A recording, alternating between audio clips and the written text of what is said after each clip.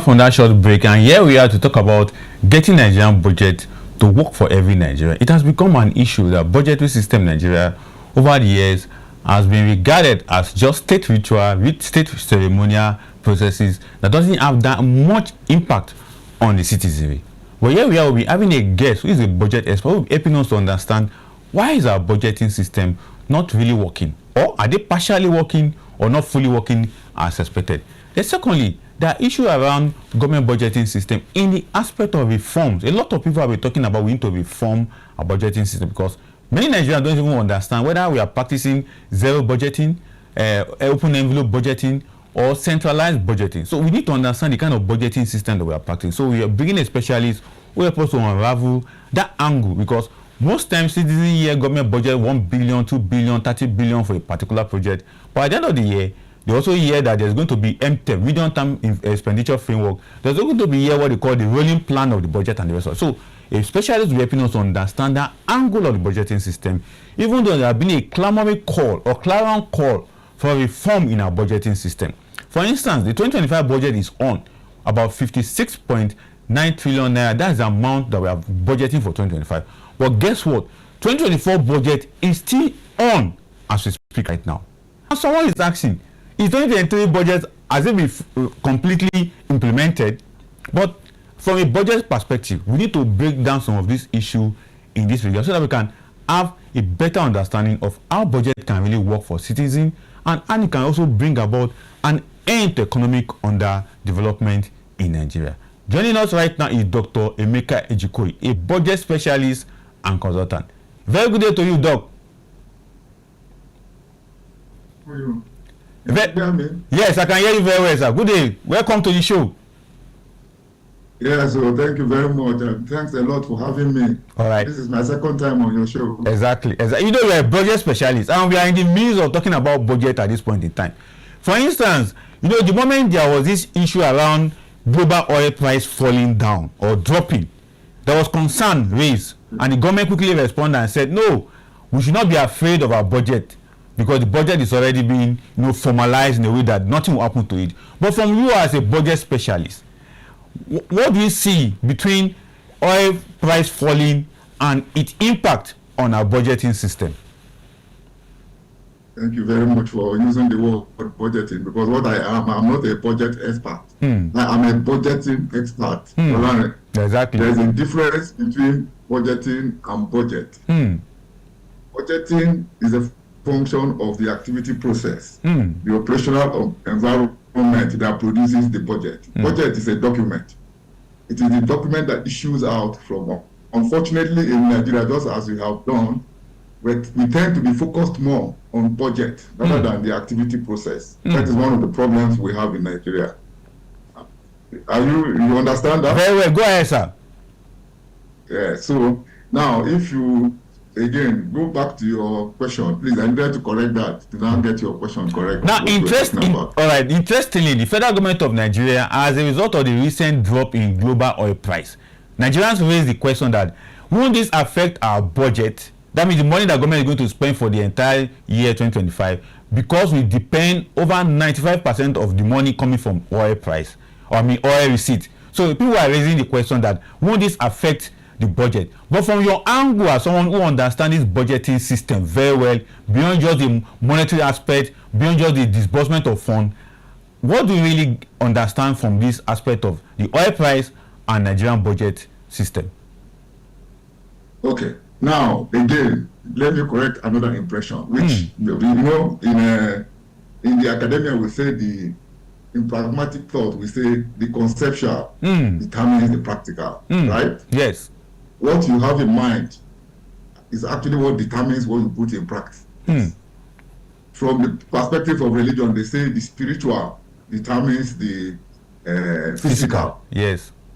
Now, everything you have just talked about now is a function of the economic policy of governance. You agree?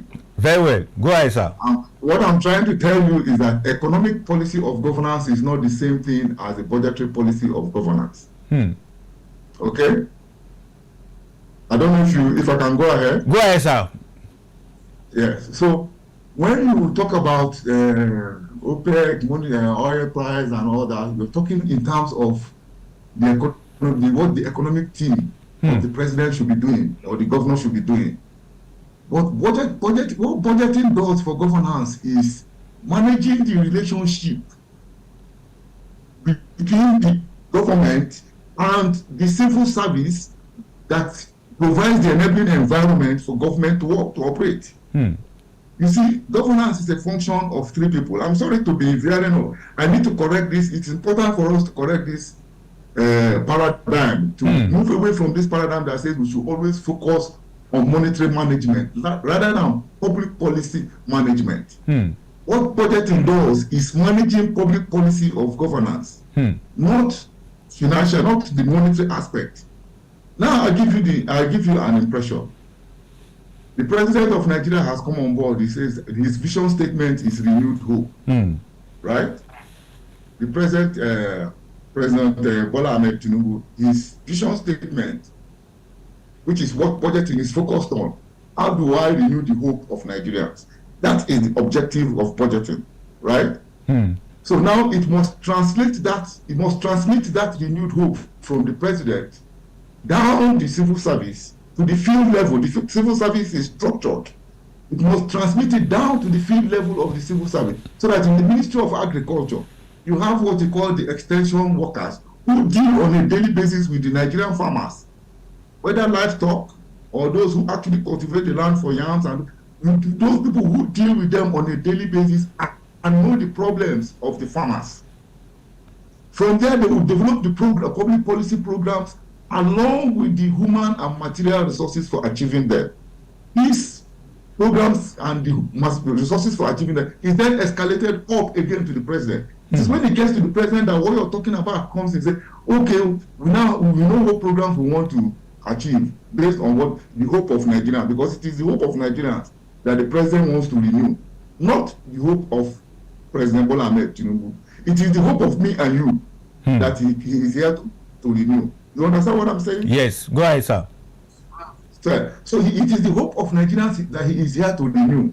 So you must understand what hope means to the average Nigerians. And that is what budgeting must transmit. Say, look, Mr. President, for you to be able to renew the hope of Nigerians, you must be able to know how to manage the civil service or the bureaucracy, as the case may be. How do you put them under effective control? How do you deploy the whole of this? Because it's like a war situation. First, you must put your troops under effective control, and you must be able to marshal them out, deploy all of them to achieve your purpose. So that in Nigerian scenario now, we have about, let's say, between 24 to 30 ministries. President does not have any business saying, these are my half 7-point agenda. The 24 or to 30 ministries are his agenda areas. He must be able to marshal out the bureaucracy in all these 24 areas to be able to achieve the aims of governance, to be able to achieve the aims of renewed hope. So in education, you're talking about, I have cited the example of agriculture. In the area of education, they're talking about how the vice chancellor of the university, the HOD, so the field level officer in the education is the HOD of the department, and the lecturers who deal directly with the students. They are the ones that know the problems of the Ministry of Education. They are the ones that should be able to develop the budgetary programs, right? It's at that when you have developed it, you now escalate it up through the dean, to the vice chancellor, up to the minister, and then up to the Mr. President. So it is the categories, informational categories for forming a budget is not actually the objects of expenditure. It is actually executive summaries of public policy programs. Did you get what I'm saying? Please? Very well, very well. I think this is leading me to the next question I need to quickly put forward to you before we get into the deeper part of this conversation, because I've heard it on several forums where you passionately discuss about this particular issue that I'm raising. But I quickly ask, because a lot of our viewers will also be prone to ask, why is it that we're having it so difficult, government after government, having it so difficult to understand that clear objective? Particularly, one of the arguments was that we have made our budget to look like cost accounting skills and developing it like a line itemization of object of government expenditure, which you rightly pointed out. Why are we having it so difficult that government after government cannot even look around and take initiative bold to look at what you are saying so far, at least from the angle of public policy itemization of what budget and economic is all about? Yes, let me take you down the historical line again. You see, what we are doing today, we are still stuck at the level where the United States was at the turn of the 19th century to the 20th century. After the American Civil War, I will just quickly give you this quick lowdown on what happened and how we came to be having this line itemization of objects of government expenditure. Immediately after the American Civil War, it was a state of mass corruption, wherein the points of power of this thing was let's take the example of National Assembly now, where the president is lamed up. It is the chairmanship of the Senate committees or the House committees where the power lies. A Senate committee on the Ministry of Education will submit its, I want you to paint that scenario, wherein the Ministry of Education submits its budget to the House Committee on Education, and they pass their budget at their own time. If there's no collective, there's no coordination. They pass it at their own time, they go to source their money. The Ministry of Agriculture does the same thing with the House Committee on Agriculture. All these fields, separate fields of bureaucratic or civil service activity, they do their own things. So the base of power was, if you can appoint somebody to become the chairman of the House Committee or Senate Committee, as the case may be, then you have power. So it was a mass corruption. People were being killed to make sure that they install the chairmanship of Congress. Now, people like me and you now try to say, look, this is wrong. This mass corruption in the system is wrong. Please, I need to cut this short because we don't have the time. Exactly. So what did they do? They looked around, say, look, in Britain, there is the parliament, and in the parliament, you have a cabinet. On top of that cabinet, you have the prime minister, who is the chief executive of governance. They looked at France. There's a very strong president who acted as the chief executive of governance. They came into the United States. This was the beginning of the Industrial Revolution. And the industrialists were experimenting with the concept of chief executive officer. Please note that the origin of the concept of chief executive officer was that, look, I'm a welder. I am growing older. My business is growing. As I grow older and my business is growing, I cannot longer control the business. So I needed to appoint somebody, a professional that I have trained along the line, to become the chief executive, who will now control the other staff and then report to me. So you now had the shareholders and the chief concept of management team, the chief executive and the shareholders. You don't understand that? Very well. Apart from this, there was now from the academic angle. I don't know if you have heard about the Herbert Simon and the management concept management theory that says you must separate politics from administration. Exactly. So these people, there was the time we say, when you hear Nigerian politicians talk about progressive era, this was the progressive era. Out of the progressive era, you had the public administration movement, who now say, look, the best thing for us to do is to separate politics from administration. Let the Congress handle politics. And politics has to do with policy making. The instrument that will help policy making is planning. I want to give you the origin of why we separate planning from budgeting. Now, let also the president now be in charge of administration. Whatever policy Congress comes up with, the president should just go ahead and apply it without thinking. It should be neutral, objective. And the concept that what we should help the president in doing this is administration. And the instrument for administration is budgeting. So whatever policy that was now brought out, so you had this clear line of differentiation between policy formulation and its implementation. It's like the Congress should formulate policy, the president should implement it. Do you get what I'm saying? Very well. So this was how now they dichotomized planning from budgeting. Budgeting was now the instrument that helps the president to apply administration. And what was the role of budgeting? Once the Congress has developed a policy, just itemize what is required to achieve those the objects of expenditure, what is required to achieve that policy goal of the Congress. So you had that instrument of line itemizing the objects of government expenditure. You had a clear separation between what policy formulation and its implementation. We are still stuck at this level. Are you getting it? This was something that America moved ahead of. Yeah. Now, after this, before you know what I'm talking about, the First World War had not taken place. Immediately after the First World, there was a massive explosion on the responsibility of governance, right? And that needed social reconstruction. So the function of governance exploded exponentially. What now happened? After this, again, the Great Depression came. Remember that America, it was a capitalist country. There was that thing called the invisible hand of the market. Do not disturb the invisible. Adam Smith and his theory. You do not disturb. Let just the invisible hand of the market operate the economy. So there was but along the line, funny enough, the Russians.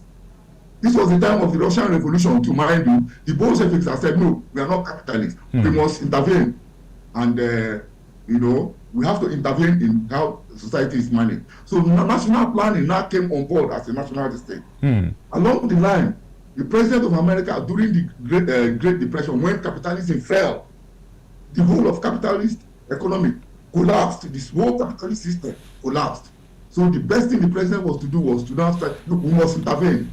They started regulating, and then now they started realizing that, look, you cannot actually separate politics from administration. You can't separate planning from budgeting. Look, all these two activities operate from the same bureaucratic structure. The civil service is the element for not only developing public policy but also implementing it. Do you get it? So the best thing is to find a way to coordinate the civil service to be able to achieve the aims of governance. Exactly. So now, Doc, I've been giving us. Franklin D. Roosevelt now said, look, one of the first things to do. Did I hear you say something? Yes, I wanted to ask. Having said all this, from the historical perspective, and judging by the level and where we are in Nigeria, in your own view, because I've heard on several forums, people are calling for reform initiative in our budgeting system or in our budgeting system. Are you also in that thought that we need to reform our budgeting system to fall in line practically? The most fundamental, the most fundamental reform. Any government that means well for Nigeria, any government that has empathy and sincerity of purpose must carry out today in Nigeria for us to solve the problem of mass poverty and hardship displacement is budgetary reform. And this budgetary reform must be carried out within the first 6 months of the government coming into power. So that you can, let me tell you, there was something Bill Clinton did when he came on board. Bill Clinton, which is a record he set, and nobody has been able to beat it. Within the 8 years of his tenure as President of America, he created over 20 million new jobs. With the budgetary reform he carried out within the first 3 months of his government, with the cooperation of Congress, he carried out that budget. This helped him to put himself in charge of effectively put himself in charge of the bureaucracy and then marshal out the bureaucracy to be able to regulate private sector practice, which now generated so much. What did this 20 million new jobs translate into? It brought down record unemployment rates. There was massive increment in employment. Crime rate dropped. Historic drop in crime rate.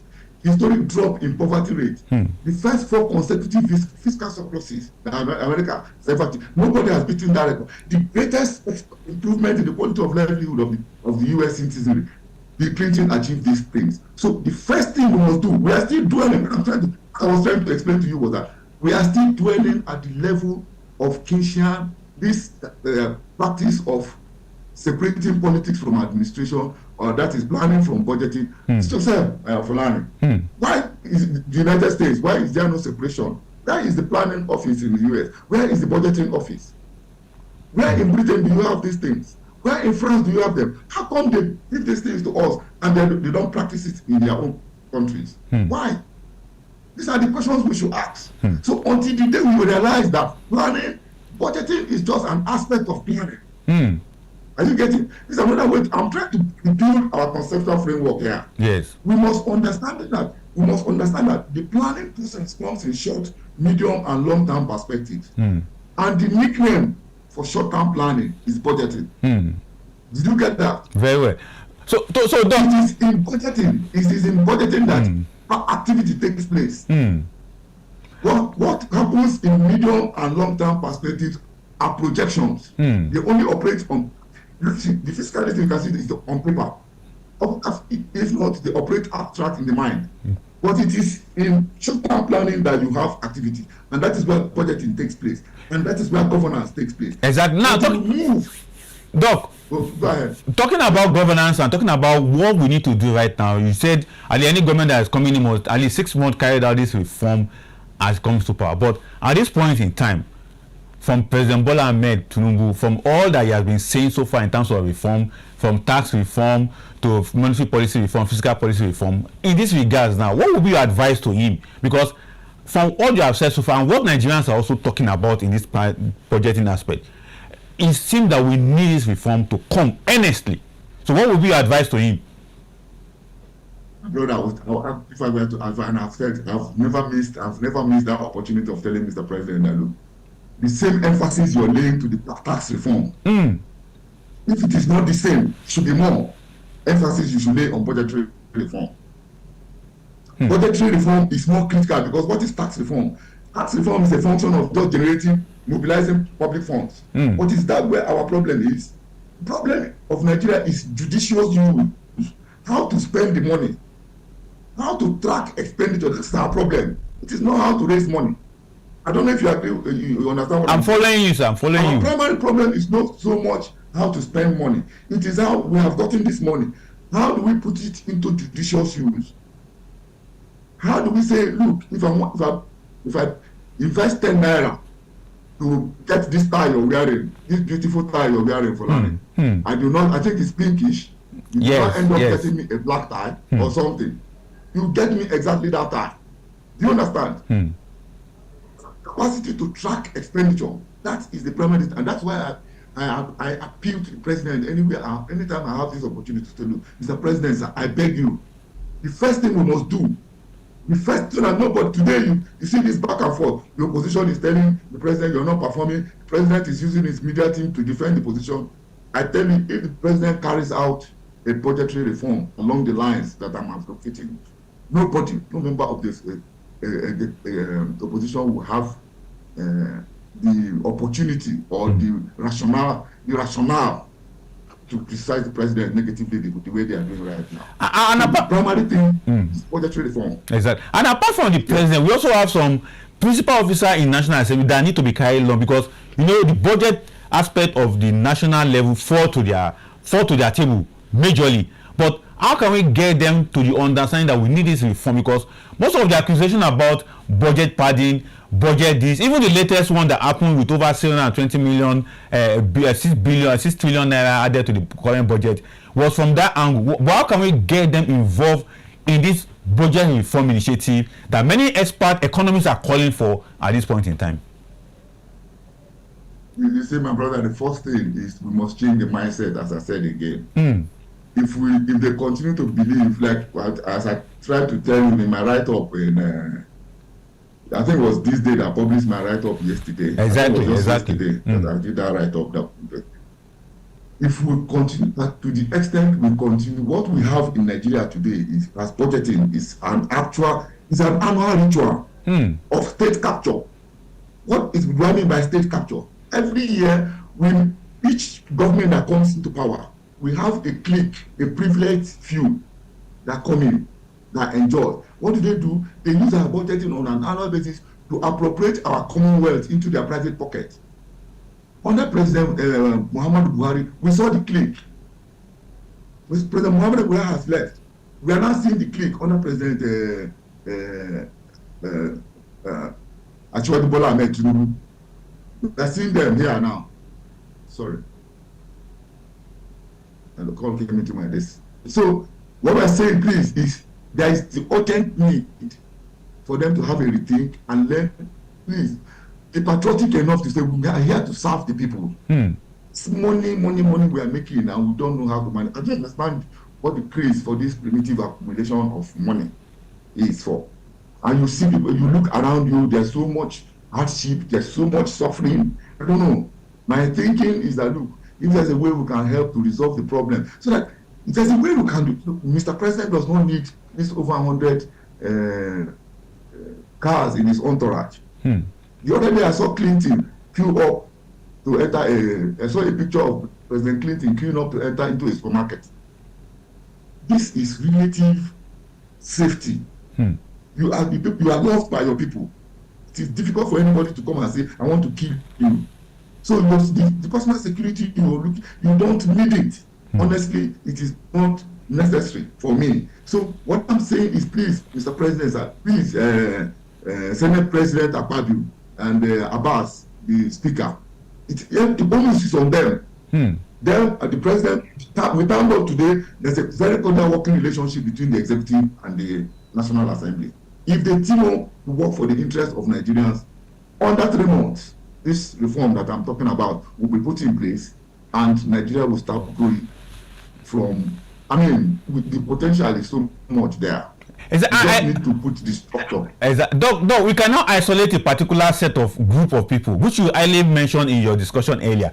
The bureaucratic setup, the public civil servant, they also have to play a role in this reform that we are talking about. How can we all bring all these people together? Because without these 3 groups, the executive, the National Assembly, and the civil service, bringing them all together to ensure that this reform takes place, we may not go anywhere. But the civil service, what is your take on them, the bureaucratic setup? Now, let me also again now build a broader picture of democratic governance. Democratic governance takes place within the middle of 3 people, interaction between 3 people. There is the citizenry that delegated its sovereignty to a group of people. That group of people will call them government. This group of people cannot act on their own and deliver service for improving the quality of livelihood of the citizens. They must act through another group of people, or the civil service, or the civil servants, as the case may be, or the bureaucracy, because I've noticed in Nigeria, particularly at the federal level, some of these agencies will tell you they are not civil servants, but rather they are public servants. So I prefer to use the term. That has made me start using the term bureaucracy rather than civil service. So you don't think I'm thinking really purely in terms of the core ministries. I'm thinking about every permanent pensionable staff of any agency. These people are the ones that government cannot work alone. Government will work through these people. So the only way, when we're talking about civil service reform and everything, the only reform that we require in Nigeria is that reform that will properly place this group of people who call government. Who is government? Government is a function of members of the executive and the legislature. So we're talking in the executive, we're talking about Mr. President, his ministers, his special advisors, his special assistants, and the personal assistants. Then in the executive, we're talking about legislative aides in the legislature. This is government. Then you have from the permanent secretary down. Doc, I have to apologize right now. We have to cut short on this discussion at this point because of time. But I want to assure you that we will still have to take this on because it's a developing issue in Nigeria right now. Talking about budget and the reform that are being called by civil society organizations, academic experts like you, budget experts like you, and the rest across the country are calling for a reform in Nigerian budget because a lot of gaps, a lot of loopholes have been seen in our budgeting. So we may definitely want to call you back so that we can continue this discussion and enlightenment in this regard. I want to appreciate you at this point in time for coming on the show. Doc. Thank you very, very much. I wish you had more time, but unfortunately, time has been. We'll definitely get another. We'll get another time for you because this is an enlightening issue, and it's a developing one for that matter, Doc. So very soon we'll call on you. We'll get more details and discussion around it. Thank you so much.